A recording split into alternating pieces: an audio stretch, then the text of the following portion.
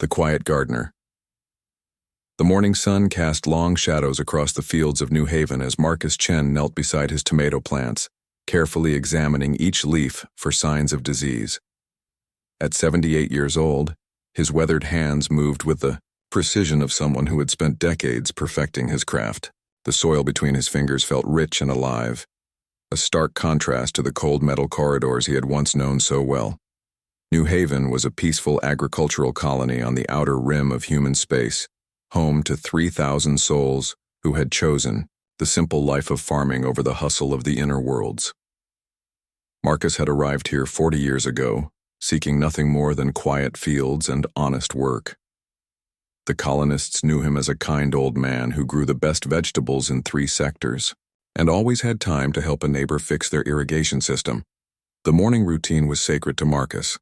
He would rise before dawn, make his tea, and walk through his gardens as the first light touched the horizon. Today felt different, though.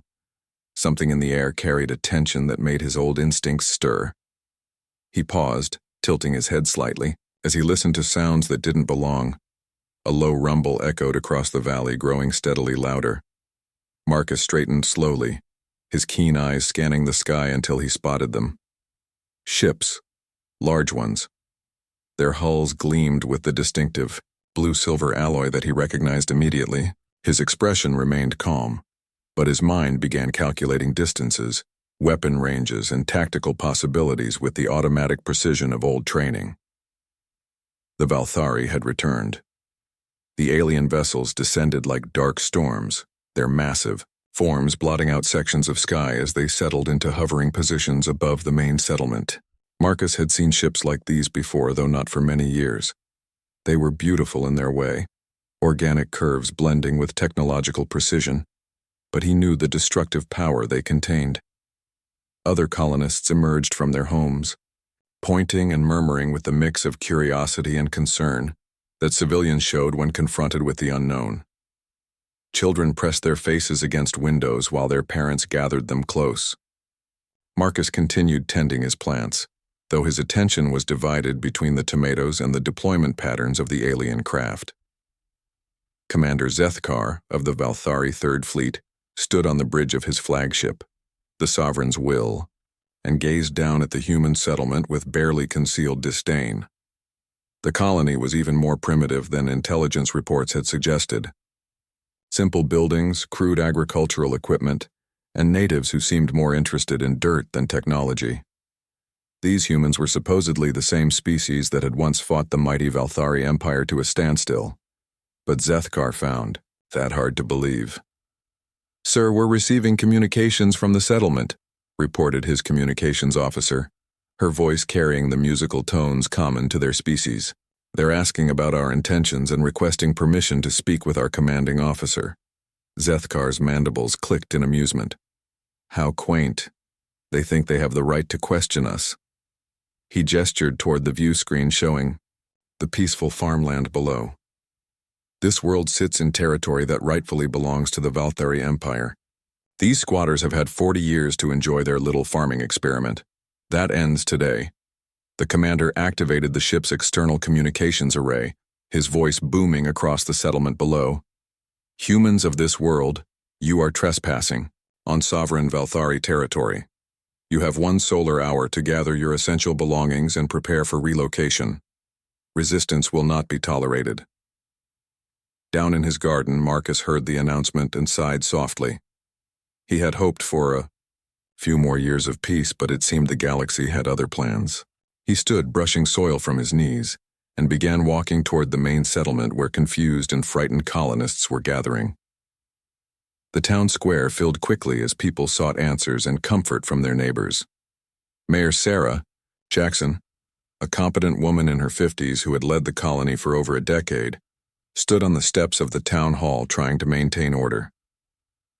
"Everyone, please stay calm," she called out, her voice carrying over the worried conversations. "We've sent a message to Earth Defense Command. Help is coming." Marcus made his way through the crowd, noting the tactical disadvantages of their position. The settlement sat in a valley with limited escape routes, and the Valthari ships commanded the high ground. If this came to violence, the colonists wouldn't stand a chance. But he also knew something about the Valthari that these people didn't. They were proud, methodical, and predictable. That could be useful. "Mayor Jackson," Marcus said quietly as he approached her, "I need to speak with you privately." Sarah nodded, recognizing the serious tone in the old farmer's voice. They stepped aside as Valthari shuttles began descending toward the settlement, their engines creating whirlwinds of dust and debris. "Marcus, do you know something about these aliens?" Sarah asked. "A little," he replied, watching the shuttles land with professional interest. "They're called the Valthari. They're conquerors, but they follow certain protocols. They'll want to establish dominance through a show of force, then negotiate from a position of strength. The key is not to give them what they expect." Before Sarah could ask what he meant, the shuttle ramps lowered and Valthari soldiers emerged. They were impressive beings, standing over 7 feet tall with muscular frames covered in form-fitting armor that seemed to shift color based on their surroundings. Their faces were angular and predatory, with large eyes adapted for low-light conditions and mandibles that could crush bone. The lead soldier approached the gathered humans with the confident stride of someone accustomed to submission from lesser species. His armor bore the insignia of a squad leader, and his weapons hummed with barely contained energy. "I am Battle Leader Thexamore of the Valthari 3rd Fleet," he announced, his voice electronically translated into standard human language. "Which of you primitives claims authority over this settlement?" Mayor Jackson stepped forward, her chin raised despite the fear Marcus could see in her eyes. "I'm Mayor Sarah Jackson. This is a legally established human colony under the protection of Earth Defense Command. You have no right to..." "Rights?" Thexamore's mandibles clicked in what Marcus recognized as Valthari laughter.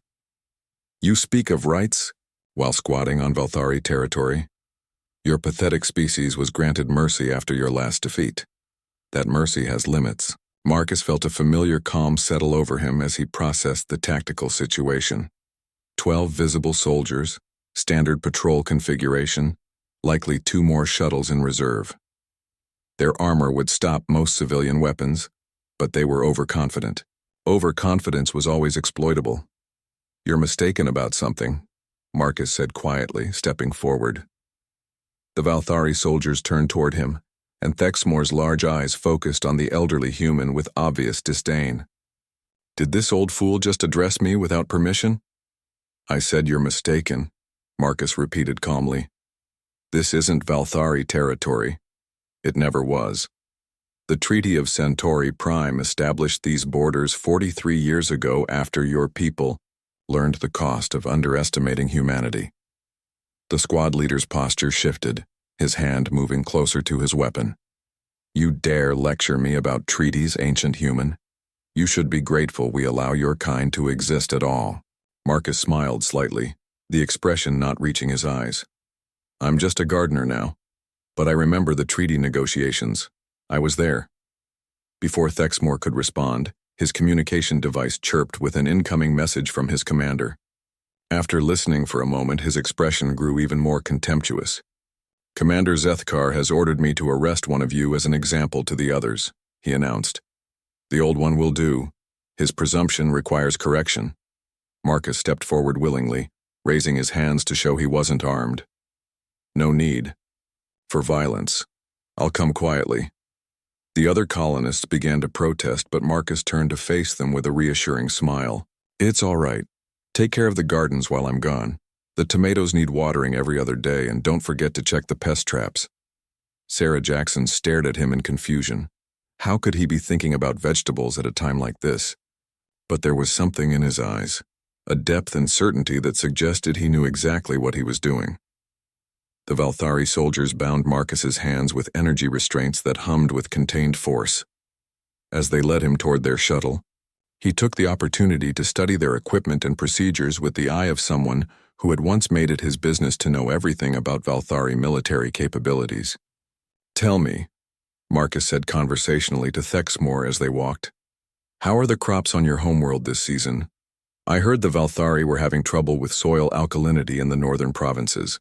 The squad leader stopped walking and stared at the human in disbelief. "You're asking about agriculture while under arrest?" "It's my profession," Marcus replied with genuine interest. I've always been curious about how different species approach farming. Your people must have fascinating techniques after centuries of terraforming. Thexmore's mandibles clicked uncertainly. In his experience, prisoners either begged for mercy or raged against their captors. This calm discussion of farming techniques was entirely outside his expectations. How could you possibly know about conditions on our homeworld? Marcus shrugged as much as his restraints allowed. I read a lot. Agricultural journals mostly, but they sometimes include information about environmental conditions on various worlds. It's all connected, you know. Soil health, climate patterns, the delicate balance that allows life to flourish. As they reached the shuttle, Marcus took note of its configuration and the energy signatures of its systems. The Valthari had made improvements over the decades, but the fundamental design philosophy remained the same. Predictable. That was useful information. The shuttle's interior was designed for intimidation as much as transportation. The walls curved inward, creating a claustrophobic feeling for most species, while the lighting cast harsh shadows that made everything appear threatening. Marcus settled into the indicated seat with the patience of someone who had learned to find comfort in uncomfortable places. During the short flight to the Valthari flagship, Marcus continued his casual conversation about farming, weather patterns, and soil composition. The soldiers grew increasingly uncomfortable with his polite demeanor and genuine interest in their responses. By the time they docked with the main ship, Thexmore was beginning to wonder if the old human might be mentally unstable. The Sovereign's will was a massive vessel, designed to project power and authority. Its corridors were wide and imposing, lined with displays of Valthari military history and achievements. Marcus was escorted through these halls with appropriate ceremony, past curious alien faces that regarded him with mixtures of contempt and puzzlement. Commander Zethkar waited in the ship's main detention area, a circular chamber with walls that shifted between opacity and transparency, based on the commander's mood. Currently, they were crystal clear, offering Marcus an excellent view of the colony below and the tactical positions of the Valthari fleet. So, Zethkar said, his voice carrying the authority of absolute command. This is the human who dares lecture my soldiers about treaties and territory. Marcus looked around the chamber with professional interest, noting the security measures, guard positions, and potential weaknesses. Impressive ship, he said admiringly. The Sovereign class, isn't it? I've heard they're very efficient. The commander's eyes narrowed. Most prisoners focused on him, on the immediate threat he represented. This old human seemed more interested in naval architecture. You seem remarkably calm for someone facing interrogation and possible execution. Well, Marcus said thoughtfully, I've found that worry rarely improves difficult situations. Besides, I'm curious about your people's methods. The Valthari have always been known for their systematic approach to problems. Zethkar studied his prisoner carefully. There was something about this human that didn't fit the expected patterns. His intelligence reports described the colonists as simple farmers with no military training or experience. Yet this old man spoke with the confidence of someone accustomed to analyzing complex situations. You will answer my questions, the commander stated, activating recording devices that would preserve every word for later analysis. How many humans live on this world? What are their defensive capabilities? When will reinforcements arrive? Marcus considered the question seriously. About 3,000 people call New Haven home, though the number fluctuates with the seasons. As for defenses, we have some hunting rifles and tools for dealing with local wildlife, but nothing that would concern a military force of your caliber. Reinforcements? He shrugged. That depends on many factors. Communication delays, political considerations, resource allocation. Could be days, could be weeks. The honesty was refreshing but frustrating. Zethkar had expected defiance or deception, both of which he knew how to handle. Straightforward cooperation from a prisoner was unusual enough to be suspicious. You speak as if you understand military logistics, the commander observed. I read. A lot, Marcus repeated, the same answer he had given to Thexmore. History, mostly. wars and how they're fought, won, and lost. It's fascinating how the same patterns repeat across different species and time periods. As the interrogation continued, Marcus answered each question with helpful detail, while subtly steering the conversation toward topics that revealed information about Valthari capabilities and intentions. He learned about their fleet composition, their timeline for establishing control over the system, and their long-term plans for the region.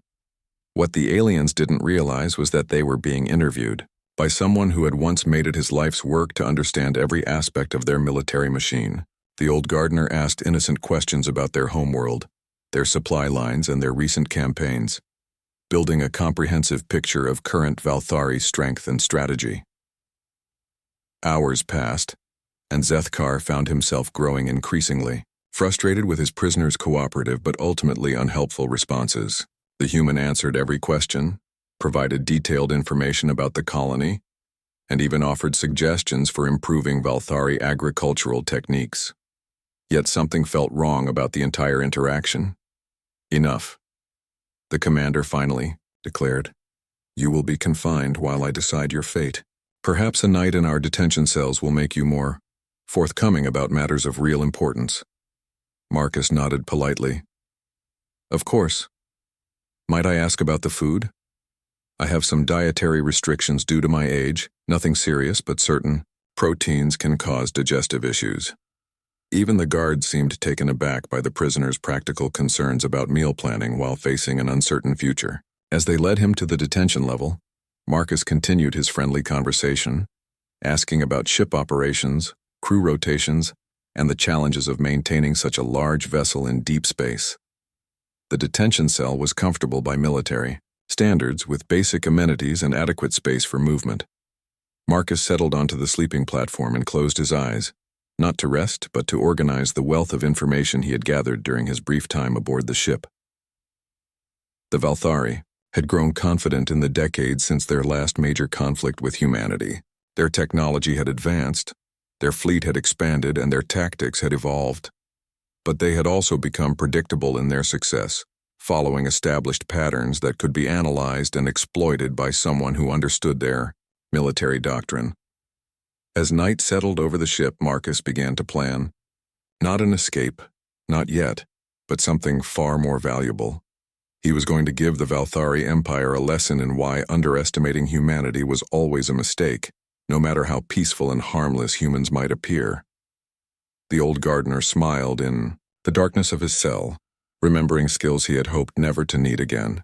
Memories of a forgotten war dawn aboard the Sovereign's will was marked not by natural light, but by the subtle shift in the ship's artificial illumination that mimicked the cycles of the Valthari homeworld. Marcus had spent the night in meditation, a practice that helped him organize his thoughts and prepare for what was to come. The years of peaceful farming had not dulled his tactical mind, merely allowed it to rest. High Inquisitor Velthane arrived at the detention level with the measured step of someone accustomed to breaking stubborn prisoners.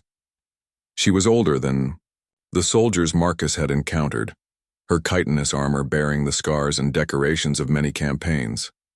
Her large compound eyes studied the human with the patience of a predator that knew its prey had nowhere to run. "I am told you are remarkably cooperative," she said, her translated voice carrying notes of skepticism. "In my experience, such cooperation usually masks deeper deceptions." Marcus rose from his sleeping platform and bowed slightly, a gesture of respect that seemed to surprise the guards. "Inquisitor Velthane, your reputation for thoroughness is well known even among human agricultural circles." The statement was carefully crafted to be both truthful and misleading. Marcus had indeed heard of Velthane, but not from farmers. He knew her as the architect of the Kepler Station interrogations, the Valthari officer responsible for breaking the human spy network that had operated behind enemy lines during the war. She was brilliant, methodical, and absolutely ruthless when necessary.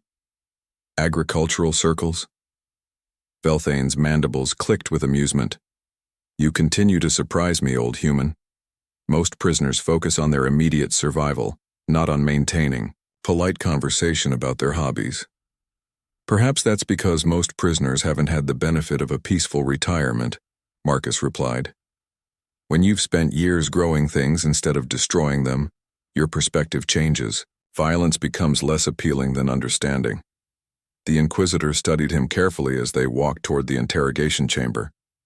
This was a more sophisticated space than the detention cell, equipped with advanced psychological analysis, equipment and environmental controls designed to maximize stress in most humanoid species. Marcus noted the placement of sensors, the angle of the chairs, and the subtle ways the room was designed to make prisoners feel vulnerable and exposed. "Sit," Velthane commanded, gesturing toward a chair positioned directly under harsh lighting. That would make it difficult to see her clearly. Marcus complied, settling into the seat with the ease of someone comfortable in his own skin. The craftsmanship of this chamber is remarkable. The psychological principles behind the design show deep understanding of interspecies neural responses. Your architects clearly studied human behavioral patterns extensively. You speak as if you have professional knowledge of interrogation techniques, the Inquisitor observed. Not professional, no, but I've always been interested in how different minds work. It's useful in farming, actually, understanding what plants need, how they respond to different conditions, the delicate balance required for optimal growth. There are surprising parallels between cultivating crops and cultivating information.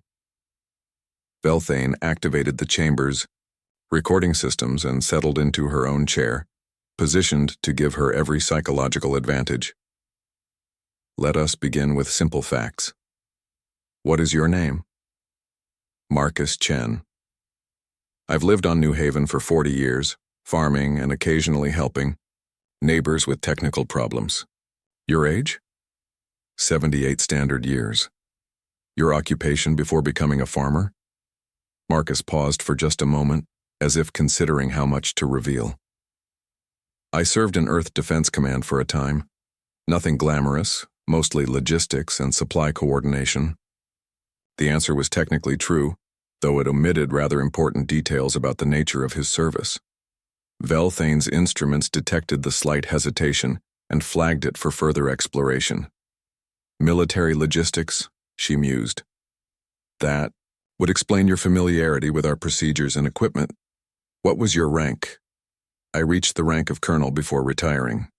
Like I said, mostly dealing with supply chains and resource allocation. Not very exciting work, but someone has to make sure the food and ammunition get where they're needed. Again, technically accurate. Marcus had indeed been concerned with supplies and logistics, though his role in coordinating them was somewhat more strategic than he was suggesting. Velthane's sensors noted his relaxed posture and steady vital signs, indicating truthfulness by human standards. Colonel Chen, she said, testing how he responded to his former rank. Tell me about your knowledge of Valthari military capabilities. Only what any retired officer might know from public briefings and historical records. Your people are formidable opponents, highly organized and technologically advanced. The war 40 years ago demonstrated that clearly enough. You speak of that conflict with unusual familiarity for a logistics officer. Marcus shifted slightly in his chair, the first sign of discomfort he had shown. Any human who served during that time remembers it vividly. We lost a lot of good people before the peace was finally achieved. Velthane leaned forward, sensing an opportunity. Indeed, the human forces were surprisingly effective for such a primitive species. Their tactics showed remarkable sophistication, almost as if they understood our military doctrine better than they should have. Desperation can inspire creativity, Marcus replied. When your survival is at stake, you tend to pay very close attention to your enemy's methods. Or when you have access to exceptional intelligence, the Inquisitor countered. The human strategy, during the final phases of the war, was remarkably prescient, almost as if someone on your side could predict our moves before we made them. Marcus met her gaze steadily. Military intelligence was never my area of expertise. I dealt with moving supplies from point A to point B, making sure the front lines had what they needed when they needed it. The interrogation continued for hours, with Velthane probing gently but persistently at the edges of Marcus's story. She was skilled at her craft, using a combination of direct questioning, psychological pressure, and careful analysis of his responses to build a complete picture of her subject. What she began to discover was troubling. This supposed logistics Officer displayed an intimate knowledge of Valthari military structure that went far beyond what would be available in public records. He understood their supply chain vulnerabilities, their communication protocols, and their strategic decision-making processes with the precision of someone who had studied them professionally. More concerning was his casual familiarity with specific battles and campaigns from the war. When Velthane mentioned the siege of Rigel Station, Marcus unconsciously corrected a minor detail about troop movements that wasn't included in standard historical accounts. When she referenced the Battle of the Helix Nebula, he made an offhand comment about the timing of Valthari reinforcements that demonstrated knowledge of classified tactical information.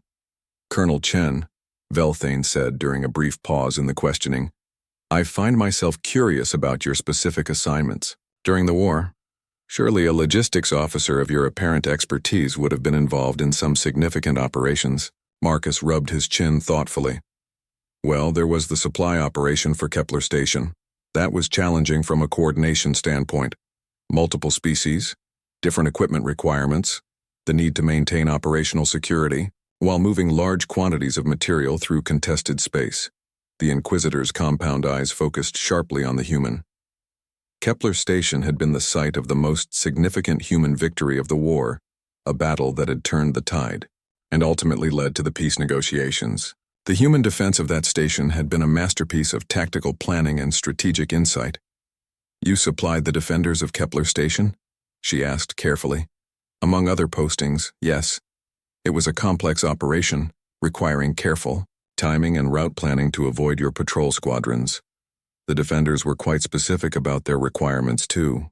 They seemed to know exactly what they would need and when they would need it. Velthane's mind raced as she processed this information. The defense of Kepler Station had been orchestrated by a human commander, whose identity remained classified even decades later. The Valthari High Command had studied that battle extensively, trying to understand how their superior forces had been outmaneuvered so completely. The human commander at Kepler Station, she said, watching Marcus's face carefully. Military. Historians consider him one of the most brilliant tacticians of the war. Some say he understood Valthari strategy better than most Valthari commanders. I wouldn't know about that, Marcus replied. I just made sure the ammunition and rations got delivered on schedule. Though I will say, whoever was in charge there knew their business. The requisitions were always precise, never asking for more than was needed or less than was required. Very efficient. Did you ever meet this commander? Marcus paused, and for the first time, Velthane detected what might have been genuine emotion in his response. Once or twice. Brief meetings, mostly, about logistical requirements. He seemed like a good man, very focused on taking care of his people. The Inquisitor made a note to research Colonel Marcus Chen's service record more thoroughly. Something about this conversation was triggering her professional instincts. This man knew too much, understood too much, and spoke with the authority of someone who had been far more than a simple supply officer. Let us talk about your current situation, she said, changing tactics. Your colony sits in disputed territory. The Valthari Empire has legitimate claims to this region based on historical, precedent, and strategic necessity. Surely a former military officer understands the realities of interstellar politics. I understand that might makes right in many situations, Marcus agreed. But I also understand that sustainable conquest requires more than superior firepower. You need the cooperation of the local population, or at least their passive acceptance. Turning farmers into refugees creates problems that extend far beyond the immediate tactical situation. You sound as if you're offering strategic advice. To your captors, Marcus smiled. Just making conversation. As I mentioned, I find military logistics fascinating even in retirement. The parallels between managing a supply chain and managing a garden are quite remarkable. Velthane was becoming increasingly convinced that this human was not what he appeared to be. His knowledge was too extensive, his insights too sophisticated, and his calm demeanor too practiced for a simple farmer with a minor military background. She decided to test a theory. Colonel Chen, what can you tell me about the tactical innovations that allowed human forces to compete effectively against Valthari technology during the war? Innovation born of necessity, I suppose. When you're outgunned and outnumbered, You have to find creative solutions. Use mobility instead of firepower, intelligence instead of brute force, patience instead of aggression. Specific innovations.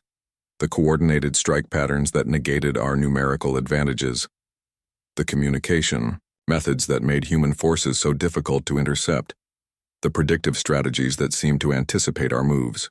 Marcus considered the question carefully. Well, the humans did develop some interesting approaches. Distributed command structures that made it difficult to disrupt their coordination by targeting leadership. Flexible tactical doctrines that could adapt quickly to changing conditions. And yes, they seem to have remarkably good intelligence about Valthari capabilities and intentions, almost as if they had access to our strategic planning, Velthane observed, or as if they were led by someone who understood how Valthari commanders think, Marcus replied quietly. The words hung in the air between them, loaded with implication. Velthane realized that she had been conducting this interrogation under false assumptions. This wasn't a simple farmer with a minor military background. This was someone with deep, professional knowledge of both human and Valthari military doctrine. Computer, she said, addressing the ship's AI system. Access Valthari military intelligence files. Search for all references to human Colonel Marcus Chen, Earth Defense Command Logistics Division. The AI's response was immediate and shocking. Colonel Marcus Chen, classified designation, Ghost of Kepler Station, Strategic Planning Division, Earth Defense Command. Subject is listed as the primary architect of human victory at Kepler Station, and 17 subsequent engagements. Whereabouts unknown following post-war retirement. Extreme caution advised if encountered. Velthane's mandibles clicked in stunned realization. She wasn't interrogating a retired supply officer. She was face-to-face with the human military genius who had handed the Valthari Empire its most significant defeat in over 2 centuries. Marcus looked up at her with the same mild, pleasant expression he had maintained throughout their conversation. I should probably mention, he said conversationally, that I've been studying your ship's systems and procedures while we've been talking. Your security protocols are quite sophisticated, but they follow predictable patterns. Rather like the strategic doctrine your people employed at Kepler Station, actually. The Inquisitor's blood ran cold as she realized the implications. This man hadn't been captured. He had allowed himself to be taken aboard their flagship, the most secure vessel in the Valthari fleet, where he could gather intelligence about their current capabilities and methods. Guards, she called, but Marcus raised a hand to stop her. That won't be necessary, he said calmly. I'm not going anywhere just yet. We still have so much to discuss about agriculture, military logistics, and the delicate balance required for sustainable growth. Whether we're talking about tomatoes or interstellar relations, the principles are remarkably similar. For the first time in her long career, High Inquisitor Velthane found herself genuinely afraid of a prisoner, the revelation and escape.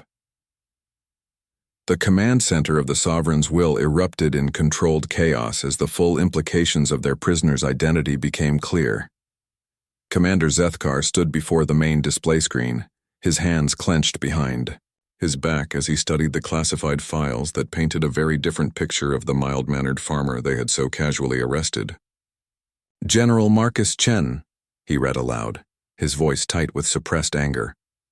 Not Colonel, General, the Ghost of Kepler Station, architect of the Meridian Campaign, the human who cost us 47 ships and 12,000 personnel over the course of 18 months.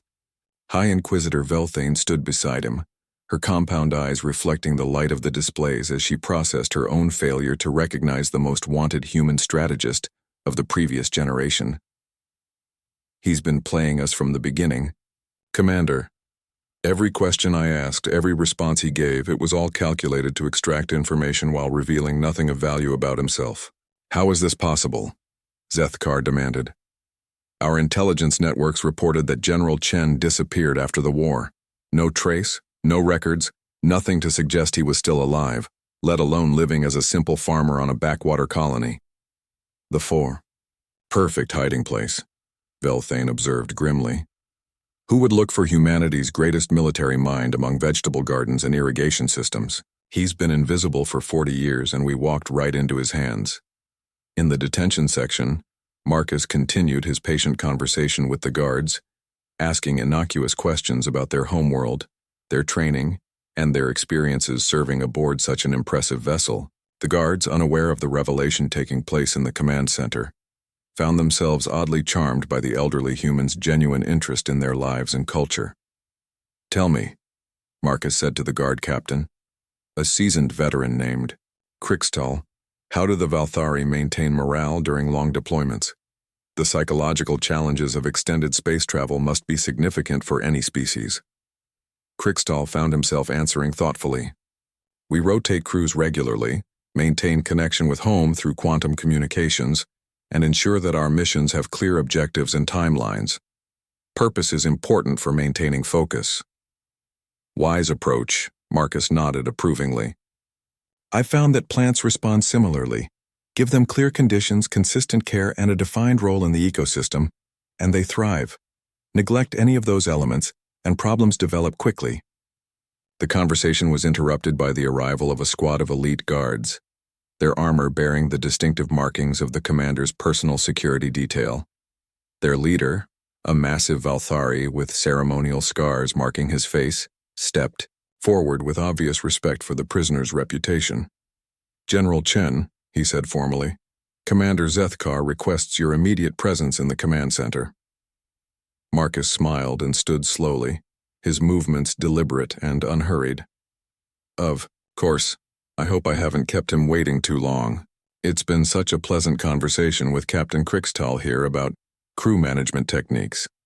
The escort through the ship's corridors was markedly different from his earlier journey. Where before he had been treated as a simple prisoner, now the guards maintained the careful distance and respectful attention, usually reserved for dangerous adversaries.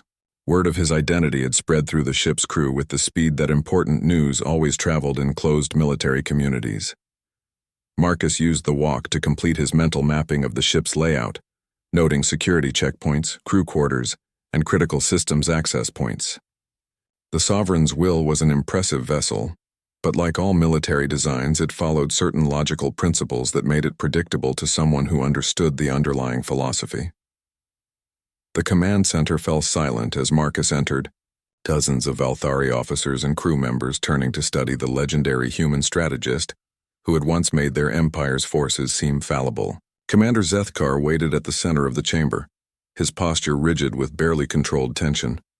"General Marcus Chen," the commander said, his voice carrying across the suddenly quiet space. "The ghost of Kepler Station. I must admit, your reputation precedes you, though your current appearance is somewhat different from our intelligence files."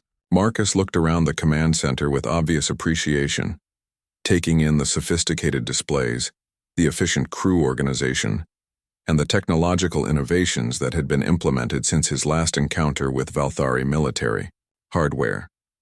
"Impressive improvements, Commander. Your people have clearly learned from past experiences and adapted accordingly. The integration of biological and technological systems is particularly elegant." 40 years, Zethkar continued, ignoring the compliment. 40 years you've been hiding among farmers and gardeners pretending to be nothing more than a retired supply officer. Did you think we would never find you?" "Actually," Marcus replied conversationally, "I rather hoped you wouldn't. I've been quite content growing tomatoes and helping my neighbors with their irrigation problems. Much more peaceful than military service and considerably more rewarding in the long term." The commander's mandibles clicked with frustration. "You expect us to believe that the architect of our greatest defeat simply retired to become a farmer? That the man who cost us thousands of lives and dozens of ships was content to spend his remaining years tending vegetables?" Marcus considered the question seriously. "Commander, may I ask you about your own plans for retirement? When your military service is complete, what do you hope to do with the remainder of your life?" The unexpected question caught Zethkar off guard. That is not relevant to our current situation." "I think it is," Marcus said gently, "because it touches on something fundamental about the nature of conflict and peace. I spent 30 years of my life studying warfare, learning how to destroy things efficiently and protect people effectively. When the war ended, I discovered that I was much more interested in learning how to grow things and help communities flourish. He gestured toward the view screen showing New Haven below. Those people down there represent something that military commanders often forget in the heat of strategic planning. They're not resources to be controlled or obstacles to be overcome. They're individuals with their own hopes, dreams, and potential contributions to the galaxy. Spare me the philosophy, Zethkar snapped. You're a prisoner aboard my ship, facing charges of illegal occupation of Valthari territory. Your past reputation doesn't grant you immunity from the consequences of current actions. Marcus nodded thoughtfully. You're absolutely right, of course, though I should mention that I haven't actually committed any crimes under current interstellar law. The Treaty of Centauri Prime, which your government signed 43 years ago, clearly establishes New Haven as being within human territorial boundaries. Treaties can be renegotiated, the commander replied coldly. Indeed they can. Usually through diplomatic channels and mutual agreement. Sometimes through military action when one party believes they have sufficient advantage to impose new terms. Unilaterally, Marcus paused, his expression becoming more serious. The question is whether you've correctly assessed the current balance of power.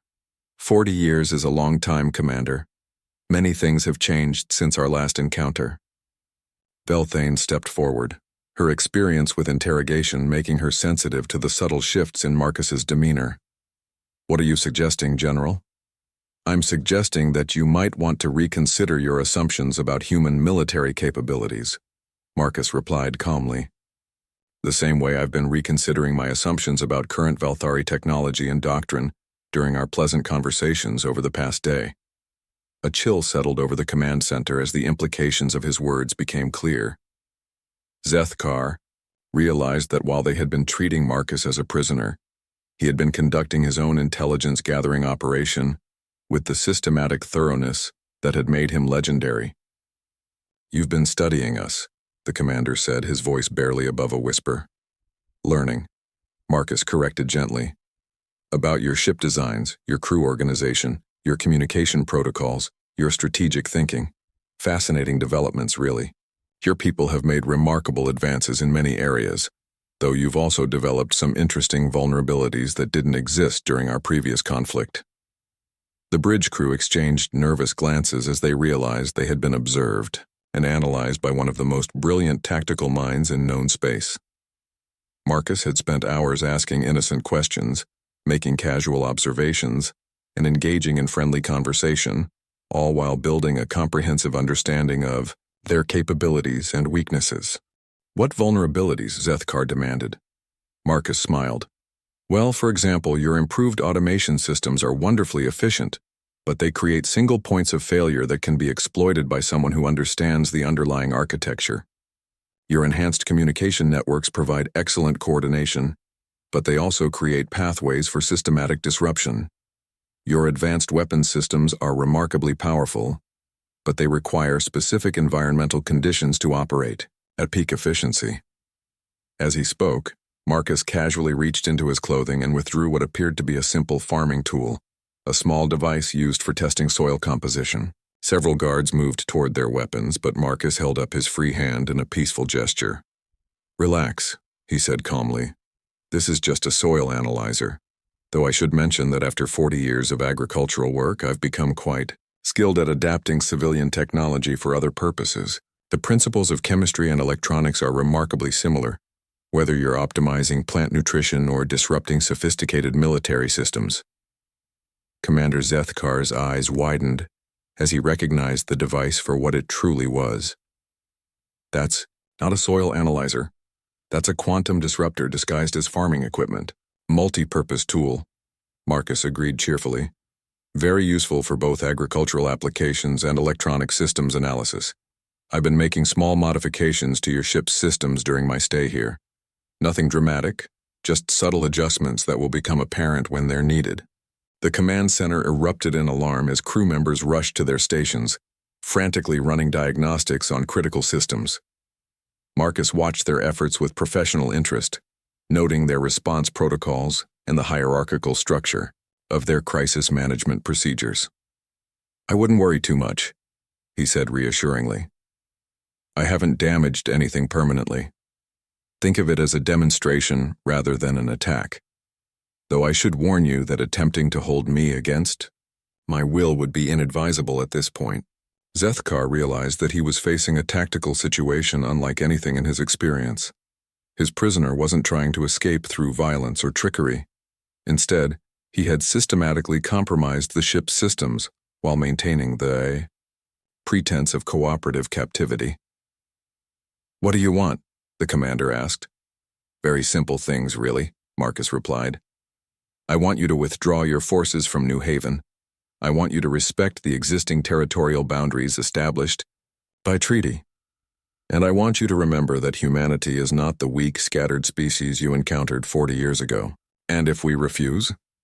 Marcus's expression became serious for the first time since his capture. Then you'll discover that some lessons need to be taught more than once. And I suspect that the current generation of human military leaders has learned quite a bit from studying our previous encounters. As if summoned by his words, the ship's sensors detected multiple energy signatures approaching from the outer system. The main view screen shifted to display a formation of ships that made several bridge officers gasp in recognition. Sleek, advanced vessels bearing human insignia, but incorporating technology that seemed decades ahead of anything the Valthari had encountered before. The 7th Fleet, Marcus observed, studying the display with satisfaction. Under the command of Admiral Sarah Chen, my former student and current granddaughter. I believe she's been looking forward to testing some new tactical innovations against Valthari forces. Commander Zethkar stared at the approaching human fleet, his mind racing, through tactical calculations that all led to the same conclusion. His 3 ships were powerful, but they were outnumbered and facing an unknown technological advantage. More importantly, they were carrying a human prisoner whose capture had clearly been anticipated and planned for. This was all arranged, he said, his voice filled with grudging admiration. You allowed yourself to be captured as part of a larger strategy. Bait, Marcus confirmed, though I prefer to think of it as a teaching opportunity. Your people needed to understand that human civilization has continued to develop during the decades of peace. We haven't been idle, Commander. We've been learning, growing, and preparing for the day when someone might decide to test our resolve. Again. The communication system crackled to life with an incoming transmission from the human fleet. Admiral Sarah Chen's voice filled the command center, carrying the same calm authority that Marcus had displayed throughout his captivity. Valthari vessels, this is Admiral Chen of the Earth Defense Force 7th Fleet. You are holding a human citizen in violation of interstellar law and territorial sovereignty. Release General Chen immediately and withdraw from human space, or face the consequences of your actions. Marcus looked at Commander Zethkar with genuine sympathy. I'm afraid you have a choice to make, Commander. You can escalate this situation and discover how much human military capability has advanced over the past 4 decades, or you can accept that some mistakes are better corrected through wisdom rather than warfare. Zethkar studied the tactical display, noting the positioning and energy signatures of the human vessels. They moved with precision and confidence that suggested extensive training and advanced technology. More concerning was the way they had approached, using vectors and timing that indicated intimate knowledge of Valthari detection capabilities. Your granddaughter learned from your example, he observed. She learned from my mistakes as well as my successes, Marcus replied proudly. The next generation of human officers understands that true victory comes not from defeating enemies, but from making conflict unnecessary in the first place. The commander made his decision. Release the prisoner, he ordered. Prepare for immediate withdrawal from the system. As the energy restraints deactivated, Marcus rubbed his wrists and smiled at the bridge crew. Thank you for your hospitality. I've learned a great deal during my visit, and I hope you found our conversations educational as well. He moved toward the shuttle bay with the same unhurried pace he had maintained throughout his captivity, pausing only to address Commander Zethkar one final time. Commander, when you report this incident to your superiors, please emphasize that humanity desires peaceful coexistence with the Valthari Empire. We have no interest in conquest or revenge. only in protecting our people and maintaining the stability that allows civilization to flourish, but also make it clear that we are fully prepared to defend ourselves if peaceful coexistence proves impossible. The shuttle journey back to New Haven was quiet, with Marcus looking out at the stars and thinking about the gardens waiting for his attention. The confrontation had been necessary, but he was glad it had ended without bloodshed. There had been enough violence in his lifetime. As the shuttle landed in the familiar fields of his home, Marcus could see the colonists gathering to welcome him back. Mayor Jackson rushed forward with obvious relief, followed by neighbors and friends who had worried about his safety during the tense hours of his absence. "Marcus," Sarah called out, "are you all right? What happened up there?" He smiled at the genuine concern in their faces, these good people who knew him only as a helpful neighbor and skilled gardener. "Just a misunderstanding," he said gently. The Valthari realized they had made an error and decided to respect our territorial boundaries after all. As the alien ships departed the system and the human fleet assumed protective positions, Marcus walked back to his garden and knelt beside his tomato plants. They had been without water for 2 days, and some of the leaves were beginning to wilt. He began the careful work of restoration, checking each plant individually and providing exactly what it needed to recover and flourish. The crisis was over, at least for now. The galaxy would continue its complex dance of diplomacy and power.